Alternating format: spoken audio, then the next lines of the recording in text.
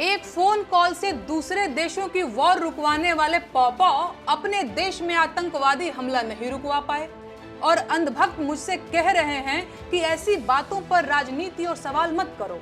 काबा girl Neha Singh Rathore बड़ी मुश्किल में फंस चुकी है। उन्होंने एक ऐसा बयान दिया जिसको लेकर अब बवाल मचा हुआ है। यूपी में काबा, बिहार में काबा जैसे गीतों से चर्चित हुई नेहा सिंह राठौड़ पर पहलगाम आतंकी हमले में विवादित टिप्पणी को लेकर अब केस हो गया है। नेहा सिंह राठौड़ के खिलाफ यूपी की राजधानी लखनऊ में एक एफआईआर दर्ज कराई गई है।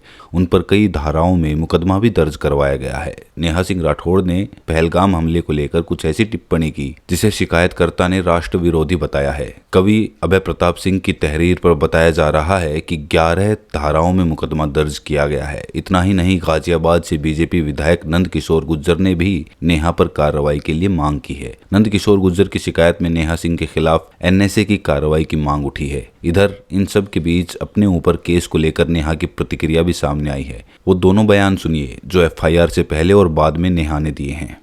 एक फोन कॉल से दूसरे देशों की वॉर रुकवाने वाले पॉपॉ अपने देश में आतंकवादी हमला नहीं रुकवा पाए और अंधभक्त मुझसे कह रहे हैं कि ऐसी बातों पर राजनीति और सवाल मत करो। तो किस बात पर सवाल करूं? शिक्षा पर, जिसे मुद्दा ही नहीं समझा जाता, या स्वास्थ्य पर, जिस पर सवाल करना अब आउट ऑफ फैशन हो गया है? बोलो किस पर सवाल करूं? बेरोजगारी पर, जिसके जवाब में तुम्हारे अब्बा हुजूर पकौड़ा तलने की सलाह देते हैं? अरे जब देश की राजनीति ही राष्ट्रवाद और हिंदू मुसलमान के मुद्दे पर चल रही है, उसके बाद भी आतंकी हमलों में देशवासी मारे जा रहे हैं, तो सवाल किस मुद्दे पर करूं? 56 इंच की छाती पर देश के सारे मुद्दों को समेट देने वाले मोदी जी की सरकार में आतंकवादी हमले होंगे और नागरिकों की हत्या होगी, तो सवाल क्या मोहम्मद अली जिन्ना और नेहरू जी से पूछा जाएगा? नागरिकों की मौत और आतंकवादी हमलों पर सवाल क्यों नहीं पूछा जाना चाहिए भाई?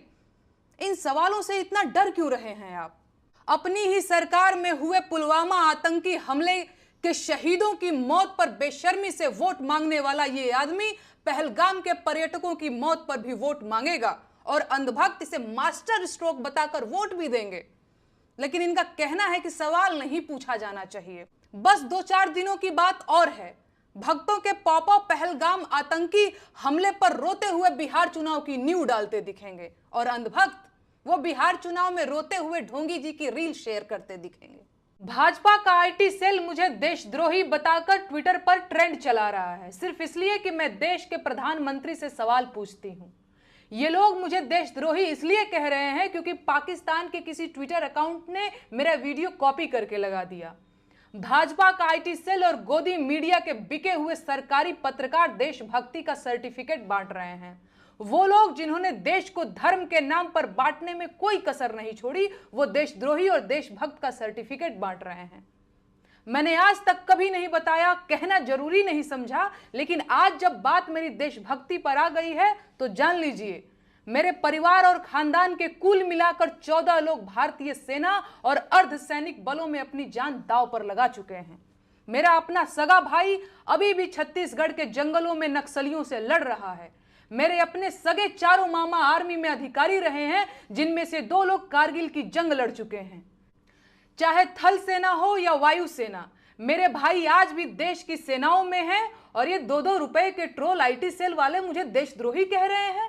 इनकी हिम्मत कैसे हुई? है औकात तो जाकर उससे सवाल पूछो जिसने देश को 10 साल में आतंकवाद से मुक्त कराने की बात कही थी। कहां गई उनकी 56 इंच की छाती?